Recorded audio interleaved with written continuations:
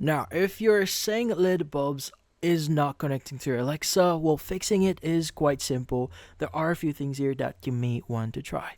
So, first is you want to start with Alexa. Now, you want to open up the Alexa app and head to the More section, and then go to Skills and Games, and search for the Sengled Home option, and enable this skill. Now, sign in with your Sengled account so Alexa can recognize your bulbs. And also, you may want to run a quick device discovery here.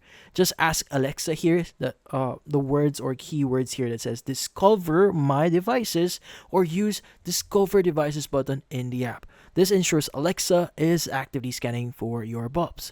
And also, you may want to check if the bulb responds. So something say something or something similar to Alexa turn on bulb, or turn on the bulb name or whatever name you set for or Alexa turn off bulb, and see if that works. Now if the bulb works here, you're all set. If not, you may need to do additional things. So you want to continue, or you want to confirm that the bulb has power.